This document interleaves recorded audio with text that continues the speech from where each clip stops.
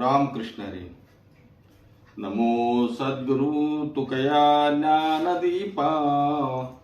नमो सद्गुरु सचितानंद रूपा. नमो सद्गुरु भक्त कल्याण मूर्ती. नमो सद्गुरु भास्करा पूर्ण कीर्ती. तुकाराम तुकाराम नाम घेता कापेयम. नाम घेता कापेयम. धन्य तुकोबा समर्थ. धन्य तुकोबा समर्थ. जेने केला पुरुषार्थ. जळी दगडा सहित वह्या. तारियेल्या जैशा लाह्या. तारियेल्या जैशा लाह्या. धन्य तुकोबा समर्थ. धन्य तुकोबा समर्थ. जेने केला पुरुषार्थ. म्हणे रामेश्वर भट्ट तुझ्या. तुका विष्णू नाही तुझ्या. तुका विष्णू नाही तुझ्या. तुका विष्णू नाही तुझ्या. धन्य तुकोबा समर्थ. धन्य तुकोबा समर्थ. जेने केला पुरुषार्थ. जेने केला पुरुषार्थ. जेने केला पुरुषार्थ. श्रीमंत सद्गुरु जगद्गुरु संत शिरोमणी वारकऱ्यांच्या हृदयाची स्पंदन असलेले, वारकऱ्यांचे हृदय सम्राट, वारकरी संप्रदायाचे कळस असलेले जगद्गुरु श्री संत तुकाराम महाराज यांचा 376वा वैकुंठ गमन सोहळा येत्या 27 मार्चला होणार आहे. त्या निमित्तानं तुकोबारायांची काहीतरी सेवा घडावी या हेतून आपण या संतांच्या अमृतवचन या चॅनलच्या माध्यमातून धन्य तुकोबा समर्थ ही चरित्राच्या चिंतन रूपी मालिका, चरित्रावरचं चिंतन घेऊन आज म्हणजे इथून पुढे काही दिवस आपण तुकोबारायांच्या चरित्रावर चिंतन करणार आहोत. संतांच्या चरित्राचं चिंतन का करायचं? संतांच्या चरित्राचं चिंतन करण्यामागचं कारण काय? का म्हणून करायचं संतांच्या चरित्राचं चिंतन? संतांच्या चरित्राच्या चिंतनाने वाणी पवित्र होते, मन पवित्र होते, देह पवित्र होतो, पापाचा नाश होतो. त्याच्या चिंतने निरशेल संकट तराल दुस्तर भवसिंधू. जसं देवाच्या चिंतनाने, देवाच्या नामस्मरणाने आपण पवित्र होतो, तसं संतांच्या चरित्राच्या चिंतनाने सुद्धा आपण पवित्र होतो. संतांचं चरित्र आपल्याला आवडावं. अहो आपल्याला काय, देवाला सुद्धा संतांचं चरित्र आवडते. तुकोबारायांसारख्या भक्तांचं, तुकोबारायांसारख्या संतांचं चरित्र देवाला आवडते. माऊली ज्ञानोबाराय भक्तांचं चरित्र, भक्त देवाला आवडतं ते ठीक आहे, भक्ताचं चरित्र वर्णन करणारे, भक्ताचं चरित्र ऐकणारे, श्रवण करणारे सुद्धा देवाला आवडतात. नुसतं आवडत नाही, प्राणापेक्षाही जास्त आवडतात. माऊली ज्ञानोबाराय वर्णन करतात, ते प्राण परवते आवडती मज निरुदे. जे भक्त चरित्राती प्रशंसिती. जे भक्ताचं चरित्र वर्णन करतात, भक्ताचं चरित्र गातात, भक्ताचं चरित्र श्रवण करतात, ते देवालाही आवडतात. आणि मग जे देवाला आवडते तेच आपण करायचं. म्हणून देवाला ज्या भक्तांचं चरित्र आवडत्याशी संत श्रेष्ठ तुकोबाराय यांच्या चरित्राचं, यांच्या जीवनाचं, त्यांच्या जीवनाचं थोडं चरित्र वर्णन करण्याचा आपण प्रयत्न करू. तसं पाहता तुकोबांच्या जीवनाचं वर्णन आपल्यासारख्याने काय करावं महाराज? से सूक्ष्माहून सूक्ष्म आहे, व्यापकाहून व्यापक आहे. किती व्यापक आहे? तुकोबारायांचं प्रमाण सांगतो. अनुरेणू या थोकडा, अनुरेणू या थोकडा, तुका आकाशा एवढा.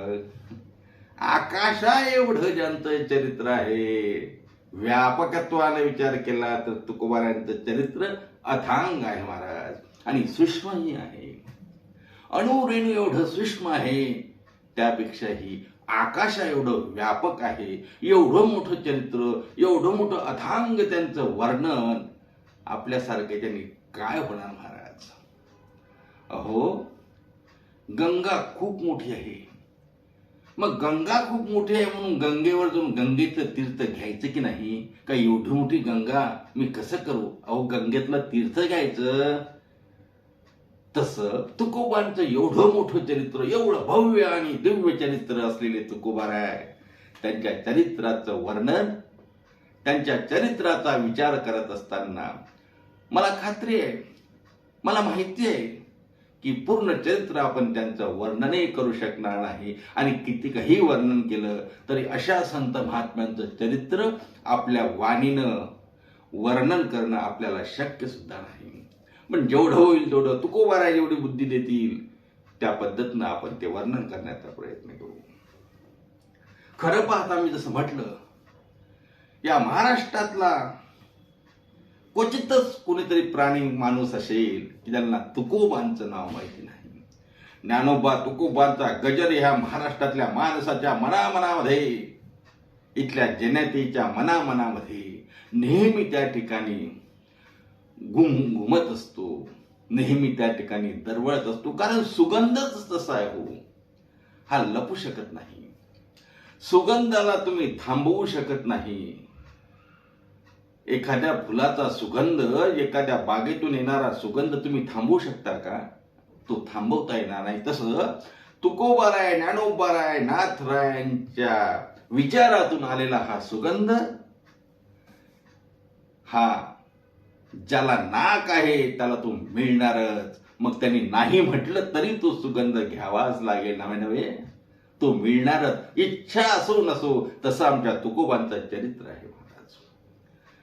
खरं पाहता तुकोबारायांसारखे भक्त जिथे जन्माला येतात, तो देशही पवित्र, ते भूमीही पवित्र, ते कुळही पवित्र. पवित्र तो देश, पावन ते कुळ.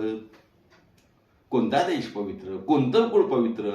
जेथे हरीचे दास जन्म घेती, जेथे हरीचे दास जन्म घेती. हरीचे दास, हरीचे भक्त जिथे जन्म घेतात ते कुळ पवित्र आहे. पण तुकोबारायांच्या बाबतीत महाराज काय सांगावं? तुकोबारायांनी जन्म घेतल्यामुळे तुकोबारायांचं कुळ पवित्र झालं की तुकोबारायांचं कुळ अगोदरच पवित्र होतं आणि अशा पवित्र कुळामध्ये तुकोबाराय जन्माला आले? विचार करावा लागेल महाराज. अहो, ज्या तुकोबारायांनी पंढरीच्या वारीचं महत्व सांगितलं, त्या तुकोबारायांच्या घराण्यामध्ये वारी किती पिढ्यांपासून चालू होती चरित्रकार सुद्धा सांगू शकत नाहीत.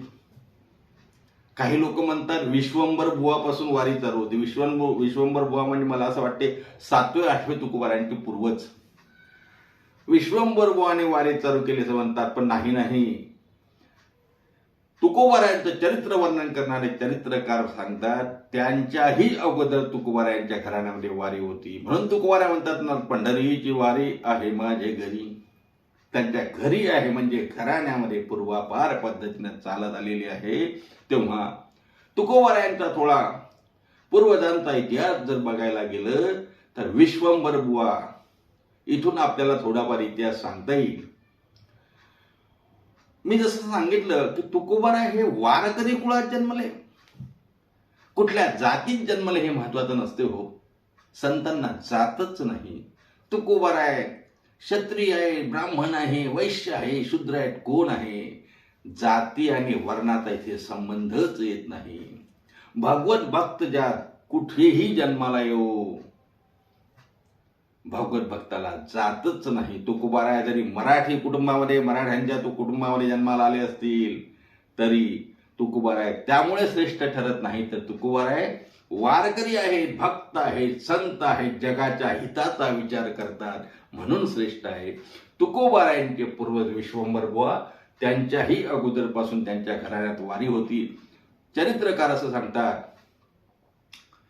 विश्वंभर बुवांच्या आईने विश्वंभर बुवा लहान असताना सांगितलं, विश्वंभर, अरे तुझे वडील मरेपर्यंत त्यांनी वारी केली पंढरीची, आता तुला करावी लागणार. विश्वंभर बुवाने म्हटलं, आई काहीच हरकत नाही, मी करेल वारी. आणि वारीचे दिवस आले. आईला नमस्कार केला आणि पंढरपूरला गेले. पहिल्याच भेटीत विश्वंभर बुवाने पंढरपूरच्या विठोबाचं दर्शन घेतलं आणि पंढरपूरच्या पांडुरंगानं मन त्यांचं मोहित करून टाकलं. आणि मग तिथून पंढरीच्या वारी विश्वंभर बुवाने न चुकता केली. असं सांगतात का अनेक वर्ष विश्वंभर बुवाने वारी केल्यानंतर शेवटच्या काळामध्ये विश्वंभर बुवा वार्षिक वारी नाही, पंधरवाडी वारी करायचे महाराज. पंढरपूरला जायचे, देहूला यायचे, पंढरपूरला जायचे, देहू, सतत वारी. 8 महिने सतत वारी केली, 8 महिने. आणि 9व्या महिन्यामध्ये भगवंताला त्या ठिकाणी विश्वंभर बुवाची त्या ठिकाणी भगवंताला दया यायला लागली. अरे वार्धक्य आलेलं आहे महाराज, विश्वंभर बुवा थकले आहेत. 8व्या महिन्यातल्या वारीला विश्वंभर बुवाने देवाला सांगितलं, देवा अशीच वारी माझ्या हातून घडू दे रे, वारी चुको न दे हरी. देव म्हणतो, अरे विश्वंभर बुवा तुम्ही काळजी कशाला करता? अहो मी देहूला पण मी आहोच, सर्वत्र मी वास करतो ना, विठ्ठल जडे स्थळी भरिला, तुम्ही कशाला काळजी करता? इथे नाही आले तरी चालेल. विश्वंभर बुवा मला ज्ञान शिकू नको, नको ब्रह्मज्ञान आत्मस्थिती भाव, तू देव मी भक्त ऐसे करी. मला ज्ञान सांगू नको, मला तुझी सगुण भक्ती, विटेवर उभा कटेवर हात हीच मूर्ती मला पाहिजे. त्यात सगुण भक्तीचा, त्यात सगुण रूपाचा मी, त्या रूपासाठीच मी काहीही करू शकतो. देवाने समजवण्याचा प्रयत्न केला, पण ते विश्वंभर बुवा कुठं समजतात. देहूला आले, पंढरपुराच्या विठ्ठलाच्या भक्तीनं वेडावले महाराज.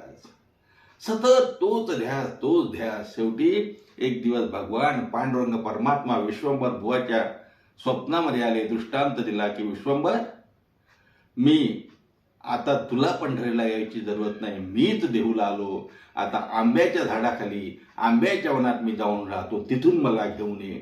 विश्वंभर बुवा ताळकन उठले झोपेतून आणि आपलं स्वप्न आपल्या मित्रांना, सगळ्या सोयऱ्यांना सांगतात की असं मला पंढरपूरचा पांडुरंग आपल्या देहूला आलाय. काही असतात निंदक, म्हणतात अरे कशात मनी असे ते स्वप्नी तशी, याच्या मनात तेच ध्यास असल्यामुळे असं कुठं देव येत असतो का? पण काहींनी म्हटलं अरे कशाला, जाऊन बघू ना आंब्याच्या वनात. विश्वंभर बुवा आंब्याच्या वनात गेले. भगवान पांडुरंगाची विठ्ठल मूर्ती त्या ठिकाणी मिळाली. महाराज वाजत गाजत विठ्ठल मूर्ती देहूला आणली आणि आजही ती स्वयंभू मूर्ती देहूच्या मंदिरामध्ये आहे. अर्थात पंढरीचा पांडुरंग या मोरे कुटुंबाचं विश्वंभर बुवाचा म्हणजे तुकोबारायांच्या पूर्वजांच्या ऋणी आहे. ऋणी असल्यामुळे देव त्या ठिकाणी देहूला येऊन थांबले. एवढे अधिकार संपन्न विश्वंभर बुवा. आणि विश्वंभर बुवाच्या पत्नी अमाई आणि विश्वंभराचा असा संसार चालू आहे. विरक्त जीवन आहे, वैराग्यवान जीवन आहे. 2 मुलं झाली, हरी आणि मुकुंद. काही दिवसातच विश्वंभर बुवा वैकुंठवासी झाले. भगवंताने त्यांना वैकुंठाला नेलं. आणि हरी आणि मुकुंद आणि अमाई आई साहेब सुद्धा विश्वंभर बुवासारखी विठ्ठलाची सेवा करायची, विठ्ठलाची पूजा करायची. विठ्ठल त्यांच्यावर सुद्धा प्रसन्न होता. पण मुलं मात्र, दोन्ही मुलं थोडे, सर्व होतं, अनुकूल होतं, पण मुलं मात्र एवढे देवाशी संलग्न नव्हते. त्यांच्या मनात असा विचार आला की आपण क्षत्रिय वृत्ती, शास्त्र वृत्ती सेनेत त्या ठिकाणी दाखल व्हावं. आणि मग राजाकडे जाऊन त्या ठिकाणी सेनेत दाखल झाले. चांगल्या हुद्द्यावरती काम करायला लागले. पराक्रमी होते, शास्त्र तेज होतो. राजाने सुद्धा त्यांना त्या ठिकाणी चांगला हुद्दा दिला. आणि मग लढाया चालल्या. इकडे अमाईला आणि आपल्या दोन्ही पत्नींना हरी आणि मुकुंद या दोघांनीही बोलावून घेतलं. अमाई मातेनं विठ्ठलाची परवानगी घेऊन सासू नैनांनी तिकडे त्या गेल्यात. काही दिवसातच अमाई मातेला करमायचं नाही, विठ्ठलाची आठवण यायची. देहूला विश्वंभर बुवासाठी आमचे विठ्ठल आले आणि मी काय देहू सोडून निघाली. अमाई मातेने मुलांना समजवण्याचा प्रयत्न केला, पण मुलं ऐकत नव्हते. शेवटी एके दिवशी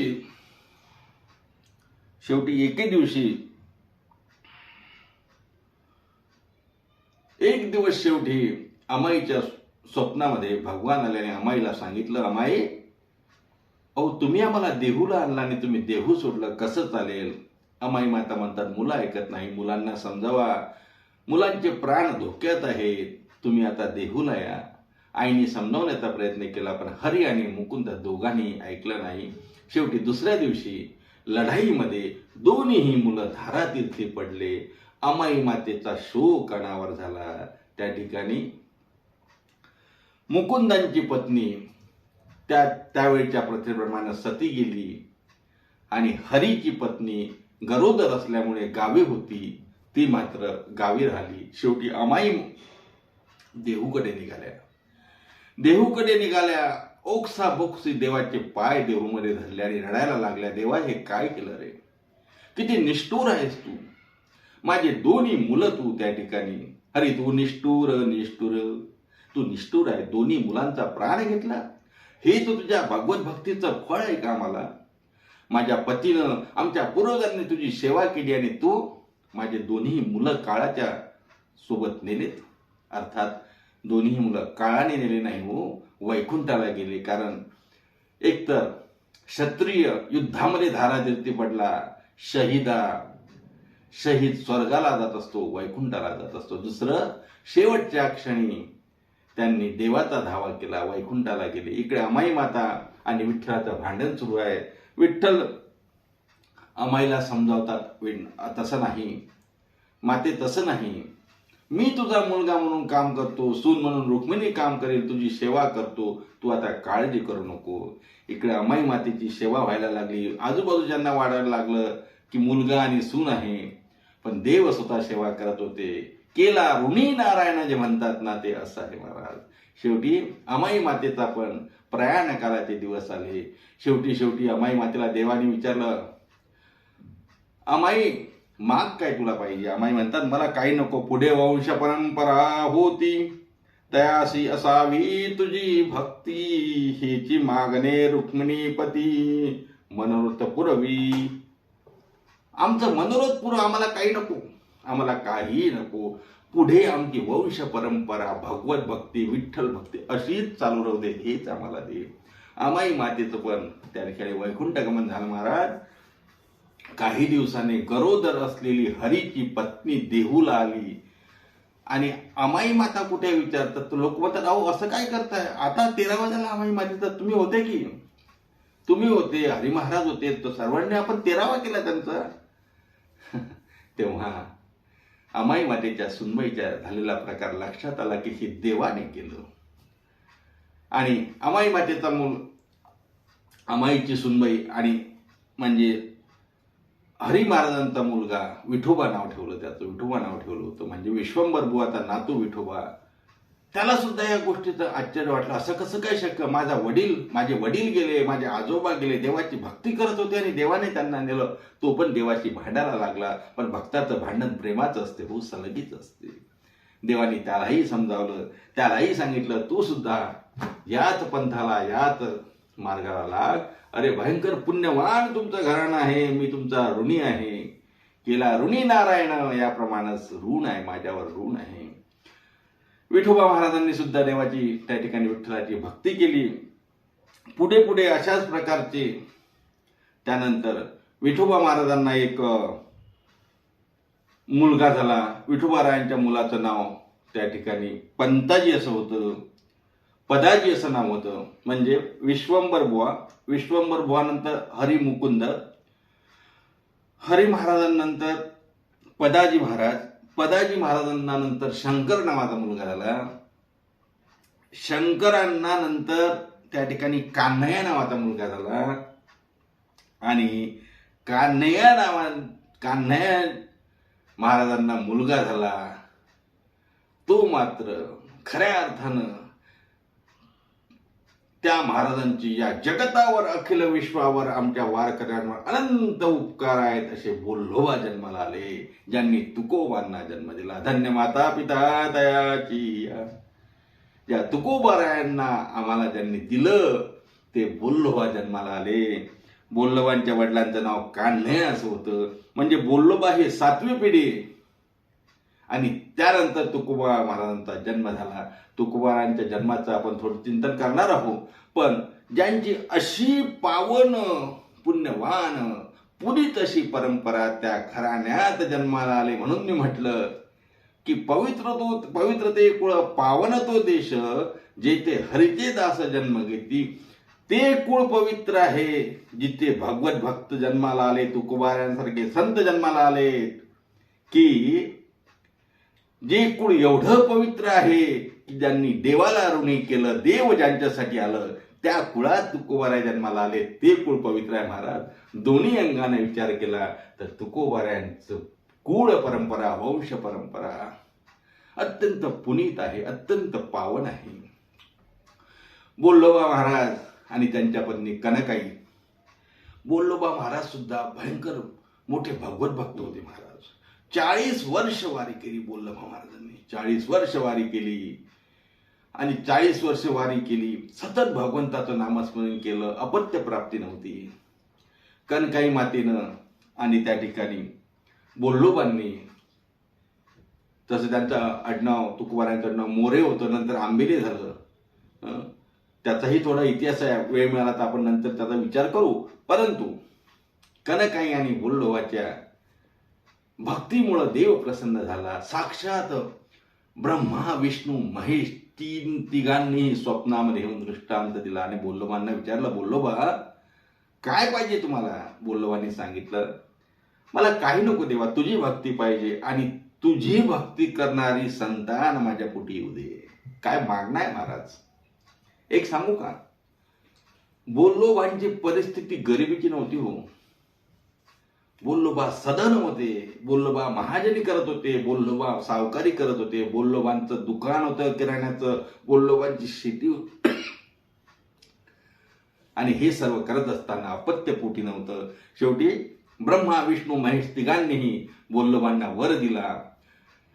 शंकरांनी वर दिला. शंकराच्या वराने, शंकराच्या आशीर्वादाने सावजी नावाचे बोल्लोबांना पुत्र प्राप्त झाला. सावजी नाव होतं मोठ्या तुकोबारायांचे मोठे थोरले बंधू सावजी.